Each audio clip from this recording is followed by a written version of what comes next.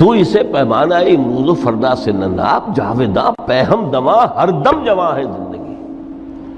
اس میں یہ وقفہ جو ہے خلق الموت والحیات لیبلوکم ایکم احسن عملا، یہ اس جسد کے ساتھ اس روح کا اتصال، اور یہ 30 40 50 60 70 80 100 برس کی عمر، یہ ایک وقفہ ہے، یہ امتحانی وقفہ ہے، تمہیں جانچا جا رہا ہے، پرکھا جا رہا ہے۔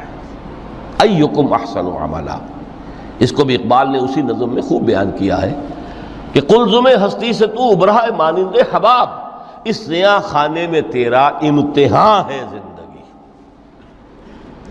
اب اگر تو دو چیزیں انسان پر واضح رہیں، اور نہ صرف واضح رہیں، مستحضر رہیں۔ واضح تو ہو جاتی ہے ایک چیز، پھر آدمی بھول جاتا ہے تو کوئی فائدہ نہیں دیتا اس کے۔ مستحضر ایک یہ کہ اصل زندگی آخرت کی زندگی ہے، طویل ہے۔ بل توسرون الحیات الدنیا والآخرۃ خیر وابقیٰ، کلا بل تحبون العاجلہ وتذرون الآخرہ، تم اس عاجلہ کو پسند کرتے ہو، اس دنیا کی زندگی کو تم ترجیح دیتے ہو، جبکہ آخرت ہے جو باقی رہنے والی ہے، ابدی۔ اگر تو یہ معلوم ہو، جیسا کہ سورہ عنکبوت کی آیت کے حوالے سے میں نے آپ کو آیت سنائی کہ وَمَا هَذِهِ الْحَيَاةُ الدُّنْيَا إِلَّا لَهْوٌ وَلَعِبٌ وَإِنَّ الدَّارَ الْآخِرَةَ لَهِيَ الْحَيَوَانُ لَوْ كَانُوا يَعْلَمُونَ، اصل زندگی جو ہے وہ آخرت کی زندگی ہے، کاش کہ انہیں معلوم ہوتا۔ ایک حقیقت تو یہ معلوم ہو اور مستحضر رہے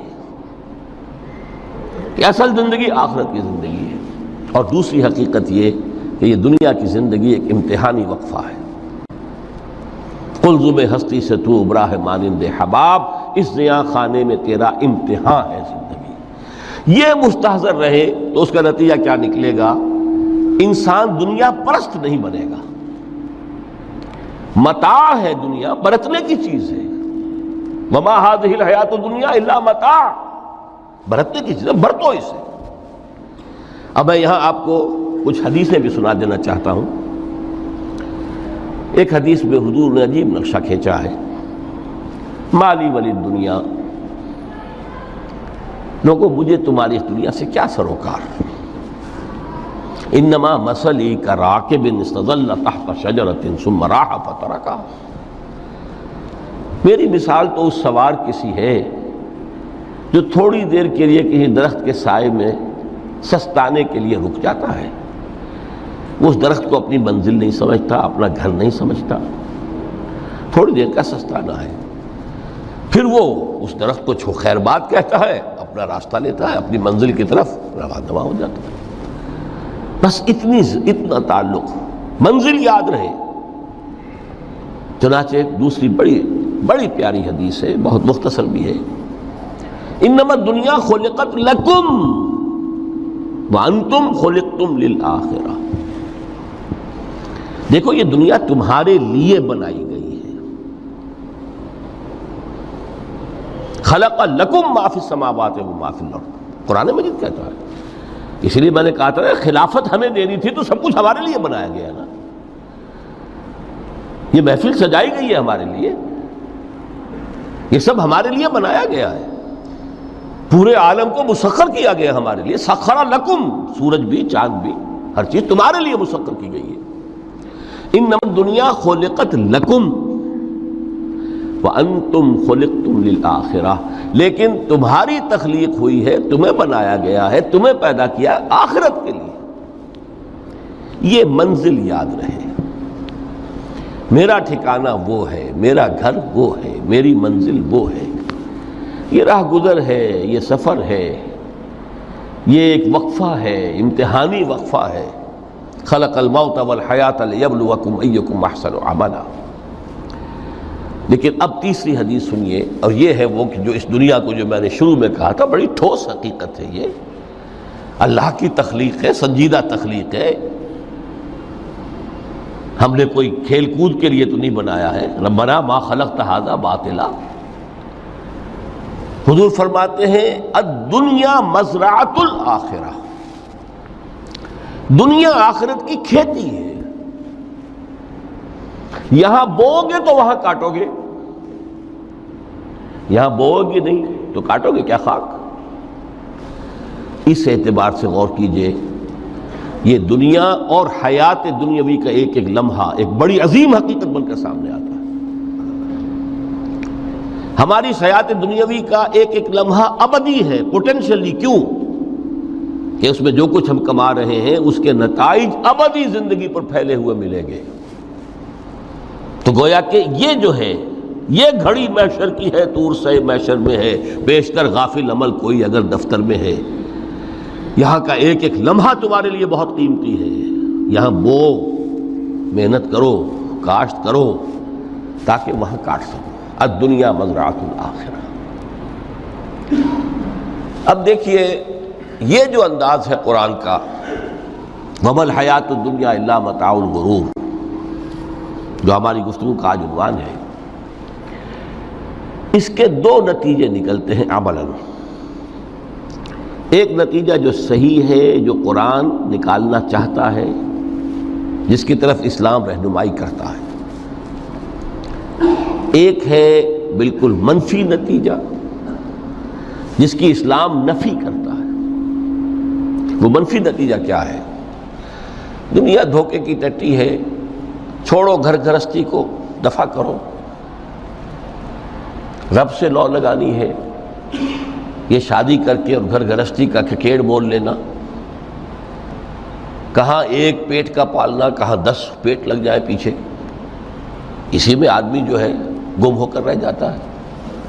لہذا گھر گھرستی کو چھوڑو، تجدد کی زندگی گزارو۔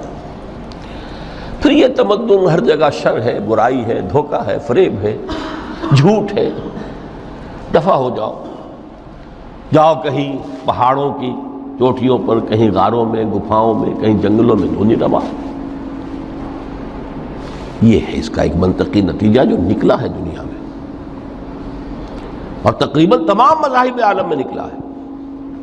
رحمانیت جس کی جس شد و بد کے ساتھ نفی کی ہے محمد رسول اللہ صلی اللہ علیہ وسلم، لا رحمانیت فی الاسلام، اسلام میں کوئی رحمانیت نہیں، نفی ہے، مکمل نفی، لا رحمانیت فی الاسلام۔ فرمایا کہ النکاح من سنتی، یہ میری سنت ہے، میرا طریقہ ہے، گھر گھرستی کی زندگی اختیار کرنا یہ میری سنت ہے۔ 3 صحابہ پر کچھ اسی طرح کا غلبہ ہو گیا تھا۔ صحابہ میں ہر طرح کے لوگ تھے، ان میں وہ لوگ بھی تھے کہ جو بڑے ریشنلسٹ تھے، عقل کے حوالے سے بات سمجھنے والے۔ حضرت عمر کو ہم کہہ سکتے ہیں کہ سر خیل تھے ان کے، رضی اللہ تعالیٰ عنہ۔ کچھ درویش منش لوگ بھی تھے، کچھ پر یہ تقویٰ کا اور درویشی کا بہت زیادہ غلبہ ہو گیا تھا، مغلوب الحال ہم انہیں کہہ سکتے ہیں۔ حضرت عبداللہ ابن عمرو بن العاص رضی اللہ تعالیٰ عنہما، ایک عجیب سائملٹینیس کنٹراسٹ ہے باپ اور بیٹے میں۔ عمرو بن العاص بہت بڑے سیاستدان، مدبر، عرب نے چوٹی کے جو 3 سیاستدان پیدا کیے ان میں سے ایک عمرو بن العاص ہے، واریر، کانکرر، سیاستدان۔ لیکن عبداللہ ابن عمرو بن العاص بالکل درویش، روزانہ روزہ ساری رات کھڑے ہیں، نہ بیوی سے کوئی سروکار، نہ کسی سے کوئی سروکار۔ حضور کو اطلاع ملی، بلا لیا، جواب طلبی ہو گئی، یا عبداللہ اولم اخبر انک تصوم الدہر وتقوم اللیل، اے عبداللہ مجھے یہ خبر دی گئی ہے تم ساری رات کھڑے رہتے ہو، روزانہ روزہ رکھتے ہو، کیا کہتے ہیں؟ جی حضور ایسا تو ہے۔ لا تفعل، مت کرو ہرگز۔ فإن لنفسك عليك حقا وإن لزوجك عليك حقا وإن لزورك عليك حقا، دیکھو تم پر تمہارے اس جسم کا اور نفس کا بھی حق ہے، اسے آرام بھی دو، اس کی ضروریات بھی پوری کرو، اس کی دیکھ بھال بھی کرو، یہ بھی تمہارے پاس امانت ہے اللہ کی۔ پھر تم پر تمہاری بیوی کا حق ہے۔ کسی صحابی نے دیکھا تھا حضرت عبداللہ ابن عمرو بن العاص کی بیوی کو کہ وہ بالکل جیسے کہ میلی کچیلی حالت میں تھی، پوچھا ہی کیا حال بنا رکھا؟ ان کا کہ آپ کے دوست کو تو کوئی غرض ہے ہی نہیں سرے سے. ظاہر بات ہے کہ مسلمان بیوی اور کس کے لیے وہ سنگھار کرے گی جب شوہر ہی کو کوئی دلچسپی نہ ہو، صرف سے غرض ہی نہ ہو. لا تفعل. رات کو سو بھی، دیکھو مجھے، میں رات کو سوتا بھی ہوں، نماز پڑھتا بھی ہوں، میں روزے رکھتا بھی ہوں، ناغے بھی کرتا ہوں. دیکھو زیادہ سے زیادہ ہفتے میں دو دن روزے رکھ لیا کرو کہ حضور مجھے اور تھوڑی سی اجازت. اچھا ایک دن ناغا، ایک دن روزہ، صوم داؤد، اس سے آگے کی اجازت نہیں. اسی طرح 3 حضرات سراسراہتن آتا ہے حدیث میں، بخاری شریف کی روایت ہے، ان پر بھی کوئی ایسا ہی غلبہ ہوا رہبانیت کا اور ترک دنیا کا. انہوں نے آ کے ازواج مطہرات سے معلوم کیا آپ کتنی رات نماز پڑھتے ہیں، کتنا دو سوتے ہیں، مہینے میں کتنے آپ روزے رکھتے ہیں نفلی. انہوں نے کوئی، وہاں تو کھلی کتاب تھی سیرت محمد صلی اللہ علیہ وسلم، جو کچھ تھی حقیقت بیان کر. اب دیکھیے ایک عجیب ذہنیت، انہوں نے دیکھا کہ یہ تو کم ہے، ان کے اندازے کے اعتبار سے تو بہت کم ہے، لیکن یہ کہ اپنے آپ کو ذرا تسلی، حضور کی تو کوئی ضرورت نہیں ہے، آپ تو معصوم ہیں، آپ کے سے کوئی گناہ نہیں ہوا، کوئی خطا نہیں ہوئی، آپ کے لیے تو یہ اتنی عبادت ہمارے لیے تو کافی نہیں ہے، ہم تو گناہ گار ہیں. ایک نے عہد کیا کہ میں کبھی نہیں سوؤں گا، رات بھر کھڑا رہوں گا. دوسرے نے کہا کبھی ناغا نہیں کروں گا، ہر روز روزہ رکھوں گا. تیسرے نے کہا میں شادی بیاہ کے کھکیڑ میں پڑوں گا نہیں. حضور کو اطلاع مل گئی، طلب فرمایا، ڈانٹا آپ نے، آپ لوگوں نے یہ کہا ہے؟ جی ہاں ہم نے کہا تو ہے.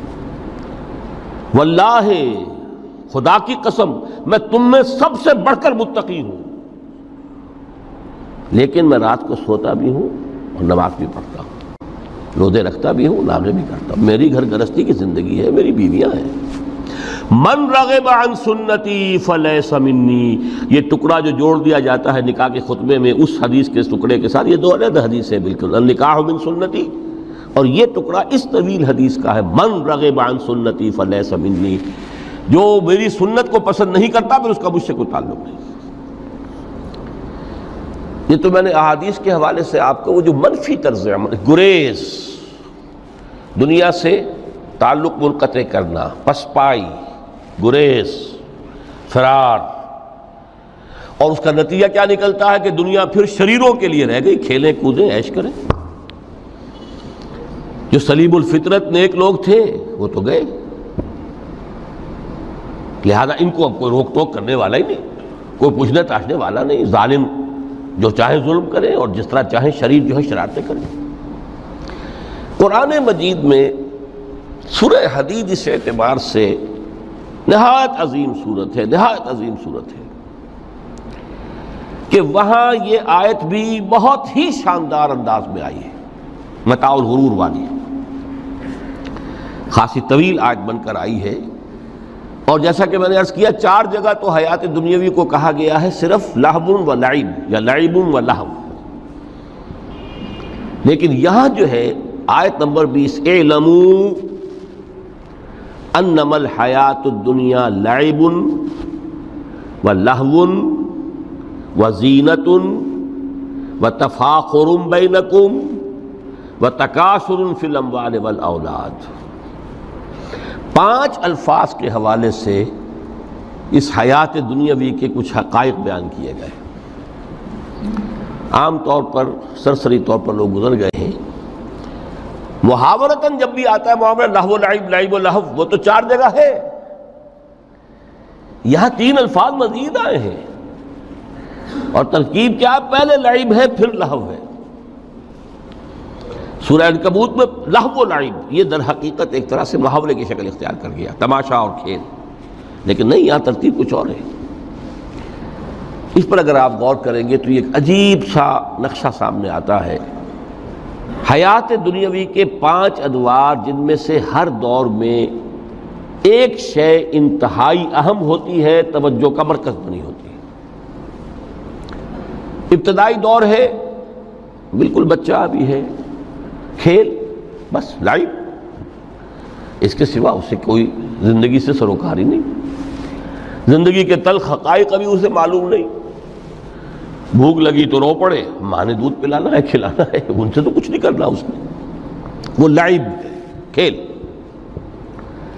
لیکن تھوڑا سا آگے چلتے ہیں، ٹین ایجر سٹیج میں جب داخل ہوتا ہے آدمی تو اب وہ نرا کھیل، معصومانہ کھیل نہیں رہتا، اس میں تلذذ، سینشول گریٹیفیکیشن کا عنصر شامل ہو جاتا ہے۔ اب اس کا کہا لہو، اعلموا انما الحیات الدنیا لعب و لہو۔ ذرا آگے بڑھیے تو انسان پر سب سے زیادہ دھن سوار ہو جاتی ہے، بناؤ سنگھار، میرا لباس فیشن کے مطابق ہو، کہیں ایسا نہ ہو مذاق اڑے۔ اپنے لباس کے بارے میں بہت کانشیس ہوگا، اپنے ہیئر کٹ کے بارے میں بہت کانشیس ہوگا، ہر چیز کے بارے میں بہت کانشیس۔ زینت، بناؤ سنگھار، آرائش، زیبائش۔ اس سے ذرا آگے گئے، تکاثر فی الاموال والانفس تفاخر بینکم۔ یہ سمجھیے کہ تقریباً 30 برس کی عمر جب انسان کی ہوتی ہے، اب فخر، تفاخر، یا دولت پر فخر ہوگا، یا نسب پر فخر ہوگا، یا اپنی کسی سیاسی حیثیت پر فخر ہوگا، اپنی چودراہٹ پر فخر ہوگا۔ تفاخر بینکم، جسم جان میں چونکہ توانائی ہوتی ہے، قوت ہوتی ہے، لیکن اس کے بعد جب عمر ڈھلی بڑا ریئلسٹک ہو جاتا ہے انسان۔ پھر یہ جو چوتھی سٹیج تھی، اس میں تو یہ کہ مونچھ نیچی نہ ہو، چاہے سب کچھ میں اپنا خرچ کر دوں، داؤ پہ لگا دوں، لیکن مونچھ نیچی نہیں ہوگی۔ آخری سٹیج وہ ہوتی ہے کہ پھر ہوکا لگ جاتا ہے آدمی کو، تکاثر فی الاموال والاولاد، مال اور اولاد کی کثرت کثرت کثرت۔ اب یہ ہوتا ہے کہ مونچھ نیچی کیا، مونڈ بھی دی جائے تو کوئی حرج نہیں، مال آنا چاہیے، ویری ریئلسٹک۔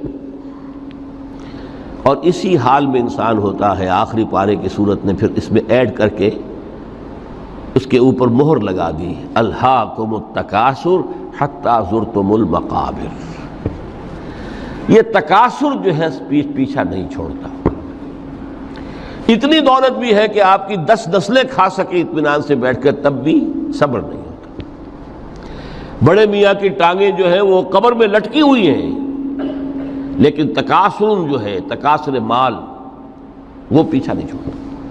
حتی زرتم المقابر، یہاں تک کہ قبروں تک جا پہنچے، قبر میں اتار دیا جائے، جب تک ٹانگیں صرف لٹکی ہوئی ہیں اس وقت تک نہیں۔ اس کے بعد تشبیہ دی ہے کہ یہ حیات دنیاوی کا جو ایک سائیکل ہے، اعلموا انما الحیات الدنیا لعب و لہو و زینت و تفاخر بینکم و تکاثر فی الاموال والاولاد۔ اب اس کو کمپیئر کیا ہے پلانٹ کنگڈم میں جو سائیکل چل رہا ہے۔ یہ ہمارا سائیکل ہے 60-70 برس کا، بچہ پیدا ہوا، خوشیاں منائی گئیں، پھر وہ لڑکپن سے، پھر ٹین ایجر سٹیج سے، پھر جوانی ہے، پھر ادھیڑ عمر ہے، اور پھر بڑھاپا ہے، اور پھر قبر میں اتارا جانا ہے۔ لیکن یہ کہ پلانٹ کنگڈم میں سائیکل چلتی ہے، کمثل غیث اعجب الکفار نباتہ ثم یہیج فتراہ مصفرا ثم یکون حطاما۔ یہ 4 سٹیج ہیں۔ جیسے بارش برستی ہے تو سبزہ نمودار ہوتا ہے، اور کاشتکار کو بڑا اچھا لگتا ہے، اس نے بیج بویا تھا، اس نے محنت کی تھی، اس نے ہل چلایا تھا، اعجب الکفار نباتہ، اس کو بہت اچھا لگتا ہے، دل باغ باغ ہو جاتا ہے۔ جیسے آپ کے ہاں بیٹا ہوا، پوتا ہوا، خوشیاں مناتے ہیں آپ۔ کمثل غیث اعجب الکفار نباتہ ثم یہیج، پھر وہ فصل اپنی پوری قوت کو پہنچتی، فصل لہرا رہی ہے، فتراہ مصفرا، پھر وہ زرد ہو جاتی ہے، وہ ہریاول اب ختم ہوئی، اب فصل پک گئی ہے، اب وہ زردی پر آ گئی ہے۔ ثم یکون حطاما، پھر وقت آتا ہے، اگر وہ خضرو گھاس ہے تو پھر وہ چورا چورا ہو کر پھر وہ مٹی میں مل جاتی ہے، اور اگر فصل ہے تو کھیتی کٹ گئی، اس کے بعد کیا رہ گیا وہاں، وہ چورا ہی رہ جاتا ہے باقی۔ یہ لائف کا سائیکل چل رہا ہے، 3 مہینے کا ہو، 4 مہینے کا ہو، یہ ہے پلانٹ کنگڈم کا، وہ ہے سائیکل انسانی زندگی کا۔ اب فرمائی ٹیپ کی بات جو ہے، وفی الآخرۃ عذاب شدید ومغفرۃ من اللہ ورضوان۔ دیکھو دنیا کی زندگی تو ان سٹیجز سے ہو کر گزر ہی جانی ہے۔ جو پیدا ہوا ہے اس پر بڑھاپا بھی آئے گا، موت بھی آئے گی۔ کل نفس ذائقۃ الموت، جو سورہ آل عمران کی 185ویں آیت کا پہلا جملہ تھا۔ ہر انسان کو جو پیدا ہوا موت آنی ہے۔ اب یہ ہے کہ وہ کہیں آپ نے محل میں گزار لی زندگی، کسی کٹیا میں گزار لی زندگی، کسی کی فٹ پاتھ پر گزر گئی زندگی۔ زندگی گزر جاتی ہے، گزرتی ہے، اور ان 5 سٹیجز میں سے ہو کر گزرتی ہے۔ آپ گندی گلیوں میں بچوں کو کھیلتے ہوئے دیکھتے ہیں، وہ بھی کھیل رہے ہوتے ہیں، نالیوں کے پانی کے اندر کھیل رہے ہوتے ہیں، ان کا بھی کھیل ہے، گندے جوہڑ میں کھیل رہے ہوتے ہیں۔ وہ تو ہے زندگی کی وہ سٹیج جو ہے کھیل کی ہے۔ کسی کے پاس بڑے قیمتی کھلونے ہیں، ان سے کھیل رہا ہے، کوئی اس طرح گلی ڈنڈا کھیل رہا ہے یا کچھ اور کھیل رہا ہے، لیکن وہ 5 سٹیجز تو آئیں گی۔ اعلموا انما الحیات الدنیا لعب ولہو وزینۃ وتفاخر بینکم وتکاثر فی الاموال والاولاد کمثل غیث اعجب الکفار نباتہ ثم یہیج فتراہ مصفرا ثم یکون حطاما وفی الآخرۃ عذاب شدید ومغفرۃ من اللہ ورضوان۔ آخرت میں جا کر یہ بائیفرکیشن ہو جانی ہے، یا تو شدید عذاب اور یا اللہ کی مغفرت اور رضا۔ Now the choice is yours، اما شاکرا و اما کفورا، فیصلہ تم خود کر لو۔ وما الحیات الدنیا الا متاع الغرور، یہاں بھی آخری الفاظ وہ ہے کہ دنیا کی زندگی دھوکے کے سوا کچھ نہیں۔ کیوں؟ اگر تو دنیا کی زندگی میں گم ہو گئے، جیسے کہ اقبال نے کہا ہے کہ کافر کی یہ پہچان کے آفاق میں گم ہے، اور مومن کی یہ پہچان کہ گم اس میں ہے آفاق۔ دنیا میں رہو، طالب دنیا نہ بنو، طالب عقبہ، طالب آخرہ۔ دنیا میں رہو، برتو، استعمال کرو، تمہارے لیے پیدا کیا گیا، بھائی برتو، متاع ہے، برتنے کی شے ہے۔ ہاں حلال اور حرام کی پابندیاں سامنے رکھو، باقی برتو۔ مطلوب یہ نہ ہو، مقصود یہ نہ ہو، مطلوب آخرہ ہو۔ انما الدنیا خلقت لکم وانتم خلقتم للآخرہ۔ منزل وہ رہے، مستحضر رہے، سامنے رہے کہ میں تو اجنبی ہوں، یہاں یہ میرا وطن نہیں ہے۔ الدنیا سجن المومن و جنت الکافر۔ جیسے کسی پرندے کو کسی پنجرے میں بند کر دیا گیا ہو، اس طرح ہمیں اس دنیا میں بھیج دیا گیا، اللہ کی مرضی ہے، اس نے بھیجا ہے۔ جب تک وہ چاہتا ہم رہیں گے یہاں، لیکن ہمارا دل یہاں نہیں لگے گا۔ بازار سے گزرا ہوں، خریدار نہیں ہوں، طالب دنیا نہ ہو، تب تو یہ کوئی دھوکے کا سودا نہیں، وطن نہیں، بالکل نہیں۔ حضور نے خود فرمایا مجھے تمہاری اس دنیا میں سے فلاں فلاں چیزیں بہت پسند ہیں، اور کس قدر ریئلسٹک ہیں۔ آپ نے عورتوں کے بارے میں فرمایا مجھے اس دنیا سے پسند ہے عورت۔ کوئی تصنع اور کوئی بھی تکلف اور کوئی خلاف فطرت بات نہیں کی محمد رسول اللہ صلی اللہ علیہ وسلم۔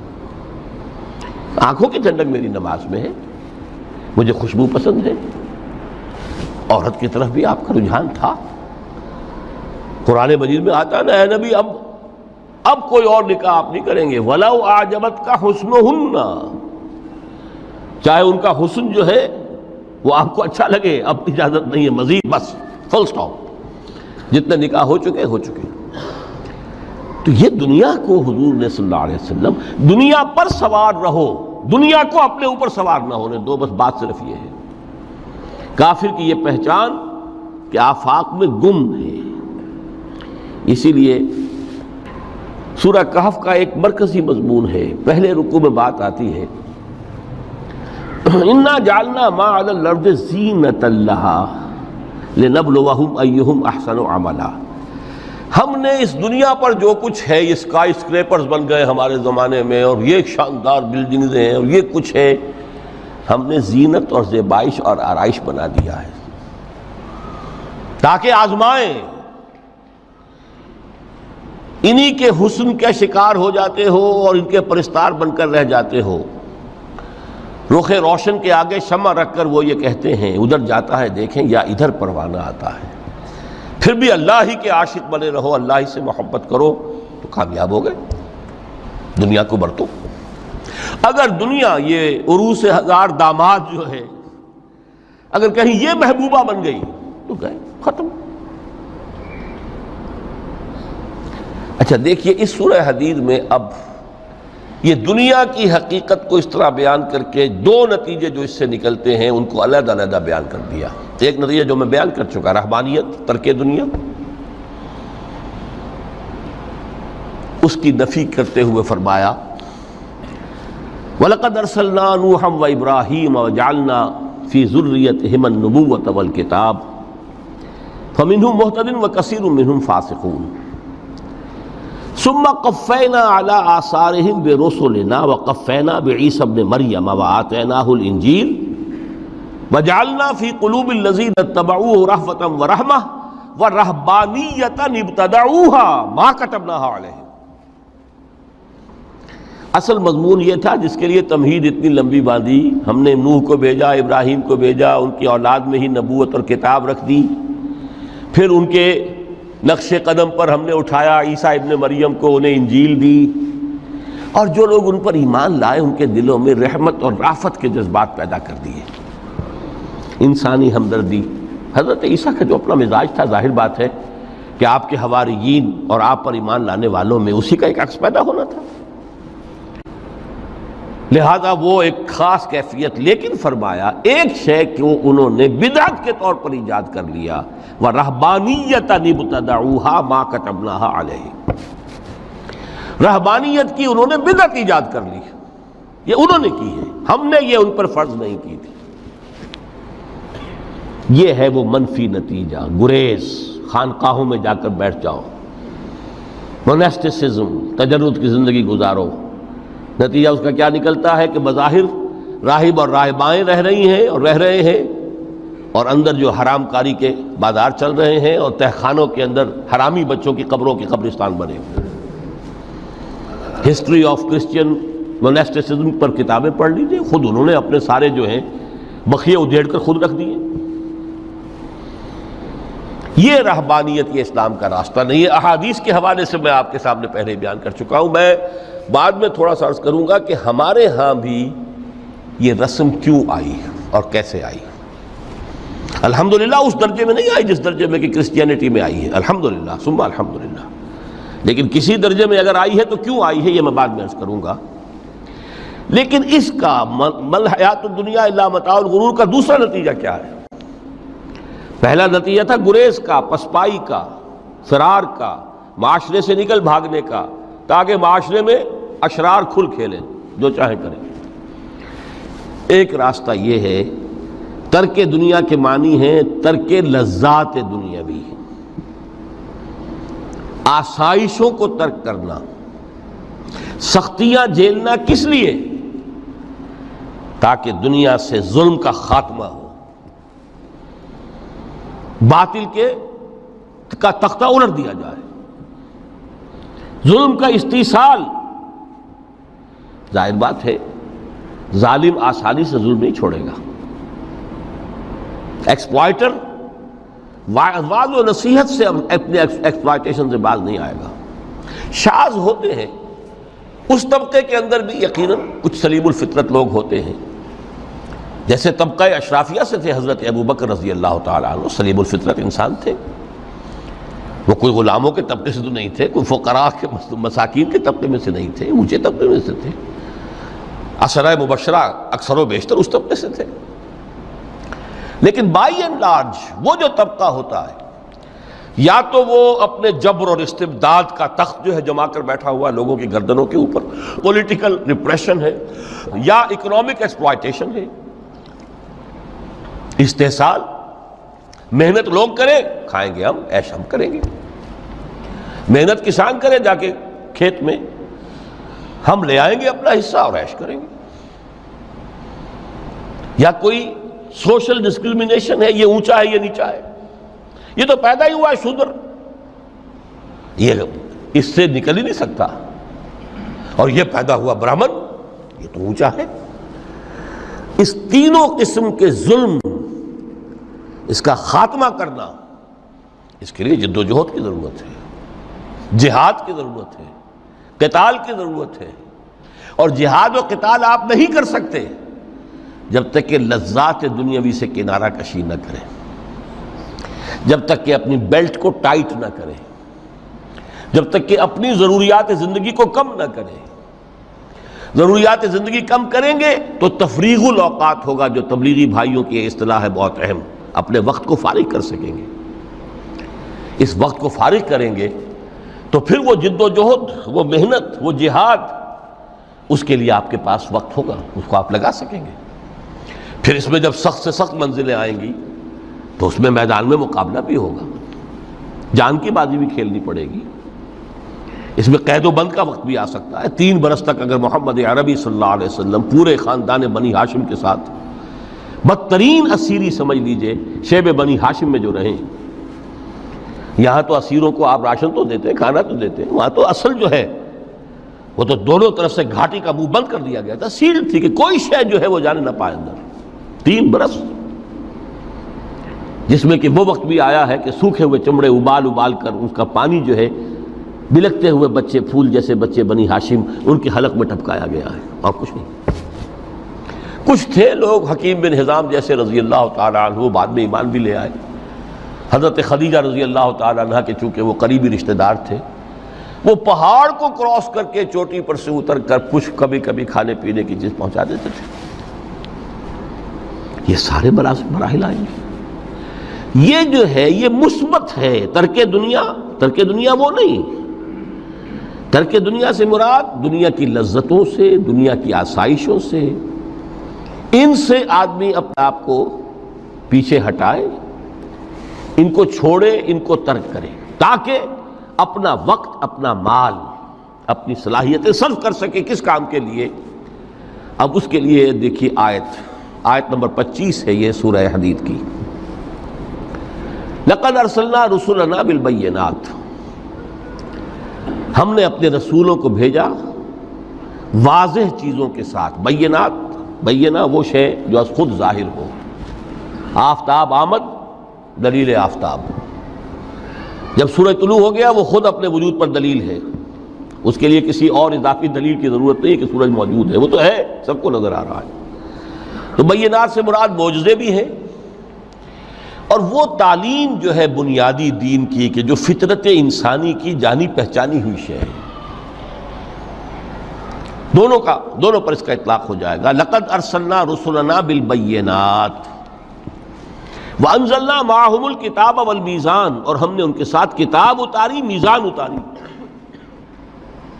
یہ سب کچھ کس لیے کیا؟ لیقوم الناس بالقسط، تاکہ لوگ عدل پر قائم ہوں۔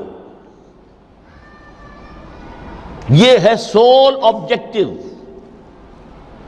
یہ نہیں بس ہماری کتاب پڑھ لیا کرے، ختم قرآن ہو گیا، اللہ اللہ دعا مانگ لی، چھٹی۔ قائم کرو اس کو، وہ میزان عدل نصب کرو، ہر ایک کو وہی تل کر ملے جو اس کا حق ہے، اور ہر ایک سے وہ لیا جائے کہ جو اس کے ذمہ واجب ہے۔ اگر یہ نہیں تو بابا پھر سب کہانیاں ہیں، شریعت اور دین اور نماز اور روزہ اور حج، کوئی حیثیت ان کی نہیں۔ اچھی طرح سن لیجئے میری بات، قرآن مجید میں کہلوایا گیا حضور سے، قل یا اہل الکتاب لستم علی شیء حتی تقیموا التوراۃ والانجیل وما انزل الیکم من ربکم۔ اے نبی ان سے کہہ دیجئے، اے کتاب والو تمہاری کوئی حیثیت ہی نہیں، ہماری نگاہوں میں تمہارا کوئی مقام ہی نہیں، جب تک کہ تم قائم نہیں کرتے تورات کو اور انجیل کو اور جو کچھ کے نازل کیا گیا تمہاری طرف، تمہارے رب کی طرف سے۔ قائم کرو، پھر آؤ ہم سے بات کرو، ہم سے دعا کرو، ورنہ دفع ہو جاؤ۔ Nothing doing. They don't care for you. لستم علی شیء حتی تقیموا التوراۃ والانجیل وما انزل الیکم من ربکم۔ اب قانون خداوندی تو بدلتا نہیں ہے، نہ فرام پرسن ٹو پرسن، نہ فرام نیشن ٹو نیشن، نہ فرام امہ ٹو امہ، اٹل ہے۔ وَلَن تَجِدَ لِسُنَّتِ اللَّهِ تَبْدِيلًا وَلَن تَجِدَ لِسُنَّتِ اللَّهِ تَحْوِيلًا۔ سنت اللہ تو ایک ہے۔ اب اس آیت کو ذرا پڑھیے، قل یا اہل القرآن لستم علی شیء حتی تقیموا القرآن وما انزل الیکم من ربکم، کہہ دو اے محمد کہ اے قرآن والو تمہاری کوئی حیثیت نہیں ہے ہمارے سامنے جب تک کہ تم قرآن کو قائم نہیں کرو۔ پڑھ لو اور اس کے قرات کے مقابلے منعقد کرا لو اور سونے کے تاروں سے اسے لکھ لو اور اس کو جو چاہو کر لو، کوئی حیثیت نہیں۔ قائم کرو اس قرآن کو، اس کے نظام کو، اس کے قانون کو، جو حضرت ابوبکر نے فرمایا تھا، پہلا خطبہ جو دیا ہے آپ نے بیعت خلافت کے بعد، تم میں ہر قوی میرے نزدیک ضعیف ہوگا جب تک کہ اس سے حق وصول نہ کر لوں، اور ہر ضعیف قوی ہوگا جب تک کہ اسے اس کا حق دلا نہ دوں۔ سورہ شورى میں حضور سے کہلوایا گیا قل وَأُمِرْتُ لِأَعْدِلَ بَيْنَكُمْ، مجھے یہ حکم ہوا ہے کہ میں تمہارے مابین عدل قائم کروں۔ میں واعظ بن کر نہیں آیا، میں بدھ مت کے بھکشو بنانے کے لیے نہیں آیا تمہیں۔ ہاں انقلابی عمل میں ایک مرحلہ آتا ہے، بدھ مت کے بھکشو بننا پڑتا ہے کچھ عرصے کے لیے، تیاری کا مرحلہ، وہ میں ابھی بعد میں ذرا بیان کر دوں گا، لیکن مستقل نہیں ہے یہ بدھ مت کے بھکشو۔ یہ بدمعاش جس طرح چاہیں کھل کھیلیں، ظالم جس طرح چاہیں لوگوں پر ظلم کرتے رہیں، تشدد اور جبر کا جس طرح سے چاہے معاملہ کریں، استحصالی نظام جس طرح ہوتا ہے چلتا رہے۔ شاہ ولی اللہ دہلوی رحمۃ اللہ علیہ کے الفاظ میں انسانوں کی عظیم اکثریت ڈھور ڈنگر بن جائے، صبح سے لے کے شام تک کمر توڑ دینے والی مشقت کے بعد بمشکل 2 وقت کی روٹی ملتی ہو، اس کا کبھی خیال اسے اللہ کا آئے گا؟ کبھی اللہ سے لو لگا سکے گا؟ دنیا نے تیری یاد سے بیگانہ کر دیا تو اس سے بھی دل فریب ہے غم روزگار کے۔ اس لیے حضور نے فرمایا کاد الفقر ان یکون کفرا، یہ فقر جو ہے یہ تو انسان کو کفر تک پہنچا دیتا ہے۔ عدل قائم کرو۔ تو دیکھیے یہ آیت انتہائی گمبھیر آیت ہے قرآن مجید کی سورہ حدید کی، جس طرح وہ آیت متاع الغرور والی جس شان کے ساتھ سورہ حدید میں آئی ہے، اعلموا انما الحیات الدنیا لعب ولہو وزینۃ وتفاخر بینکم وتکاثر فی الاموال والاولاد کمثل غیث اعجب الکفار نباتہ ثم یہیج فتراہ مصفرا ثم یکون حطاما وفی الآخرۃ عذاب شدید ومغفرۃ من اللہ ورضوان وما الحیات الدنیا الا متاع الغرور۔ لیکن اس کا نتیجہ کیا نکلنا چاہیے؟ لقد ارسلنا رسلنا بالبینات وانزلنا معهم الکتاب والمیزان لیقوم الناس بالقسط۔ Now prepare for the shock۔ میرے نزدیک، میرے علم کی حد تک شاید دنیا کی کوئی انقلابی کتاب نہ ہو جس نے اس قدر عریاں طور پر کھل کر یہ کہا ہو کہ ظالموں کی سرکوبی کرو، کچلو ان کے سر۔ وانزلنا الحدید، ہم نے لوہا بھی اتارا ہے۔ ایک وقت آتا ہے ظلم نہیں ختم ہوتا جب تک کہ لوہے کی طاقت ہاتھ میں نہ آئے۔ انزلنا الحدید، ہم نے صرف کتاب ہی نہیں اتاری ہے، لوہا بھی اتارا ہے۔ فیہ باس شدید، اس میں جنگ کی صلاحیت ہے۔ ومنافع للناس، لوگوں کے لیے کچھ اور منفعتیں بھی ہیں، کوئی توا پرات چمٹا یہ بھی بنا لو، ٹھیک ہے، لیکن اصلاً یہ اصلاح کے لیے۔ وانزلنا الحدید، اسی تو سورہ حدید کا نام حدید ہے۔ فیہ باس شدید ومنافع للناس ولیعلم اللہ من ینصرہ ورسلہ بالغیب، اللہ دیکھنا چاہتا ہے کون ہے اس کے وفادار بندے جو اس لوہے کی طاقت کو ہاتھ میں لے کر مدد کرتے ہیں اس کی اور اس کے رسولوں کی غیب میں ہونے کے باوجود۔ ان اللہ قوی عزیز، ویسے اللہ قوی ہے، عزیز ہے، آنے واحد میں کفر کو ختم کر دے جب چاہے، آنے واحد میں ظالموں کا ظلم جو ہے وہ ختم کر کے رکھ دے، وہ سب کچھ کر سکتا ہے۔ لیکن پھر تمہاری آزمائش کیسے ہوگی؟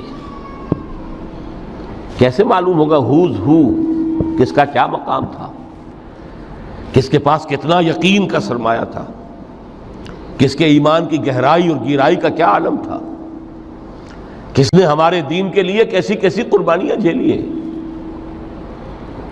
یہ ہے ترک دنیا جو موسٹ پروفاؤنڈ ہے، نتیجہ خیز ہے، خیر کو وجود میں لانے کے لیے ہے، لیکن اس کی مثالیں موجود ہیں۔ حضرت مصعب بن عمیر رضی اللہ تعالی عنہ ایام جاہلیت میں کہا جاتا ہے ان کا جوڑا جو ہے شام سے تیار ہو کر آتا تھا، جیسے کبھی مشہور ہے کہ پنڈت نہرو کا بھی کپڑے سل کر آتے تھے پیرس سے۔ موتی لال نہرو کا بیٹا، اور موتی لال نہرو وہ تھا کہ وائس رائے کی پہلی کار آئی ہے ہندوستان میں تو دوسری کار موتی لال کی آئی، اس کا بیٹا، اس کے کپڑے پیرس سے سل کر آتے تھے۔ مصعب بن عمیر کے کپڑے شام سے تیار ہو کر آتے تھے، اور وہ ہمیشہ عطر میں بسے ہوئے ہوتے تھے۔ جہاں سے گزر گئے معلوم ہوا کہ پوری گلی جو ہے وہ مہک اٹھی، معلوم ہو جائے کہ مصعب گزرا ہے یہاں سے۔ ایمان لائے محمد رسول اللہ پر صلی اللہ علیہ وسلم۔ باپ فوت ہو چکا تھا، اس کی چھوڑی ہوئی دولت تھی، ماں تھی، لیکن وہ خاندان کا نظام، چچا تھا سربراہ، وہ بدترین کافر۔ اس نے پہلے سمجھایا ہوگا 100 طریقے آزما کے، پھر آخری بار اس نے آزمایا کہ جس دولت کے اوپر تم عیش کر رہے ہو یہ تمہارے مشرک باپ کی دولت ہے، نکل جاؤ گھر سے۔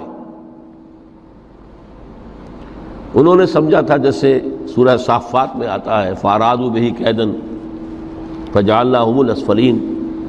انہوں نے حضرت ابراہیم کے بارے میں سمجھا تھا جب دیکھیں گے کہ آگ تیار ہو رہی ہے اور یہ اس میں مجھے ڈال دیں گے تو سب یہ نشہ حرن ہو جائے گا، یہ توحید وحید سب ہوا ہو جائے گی۔ لیکن ہوا کیا؟ بے خطر کود پڑا آتش نمرود میں عشق، عقل ہے محو تماشائے لبے بام ابھی۔ اس نے تو یہ دھمکی دی تھی کہ دن میں تارے نظر آ جائیں گے مصعب کو، ناز و نام میں پلا ہوا انسان، اسے کہہ دیا جا نکل جاؤ گھر سے۔ اٹھ کر چلنے لگے، اس کا تیش جو ہے اور اچھا یہ کپڑے بھی اسی مشرک باپ کے ہیں، اتارو ان سب کو۔ مادر ذات برہنہ ہو کر گھر سے نکلے، مادر ذات۔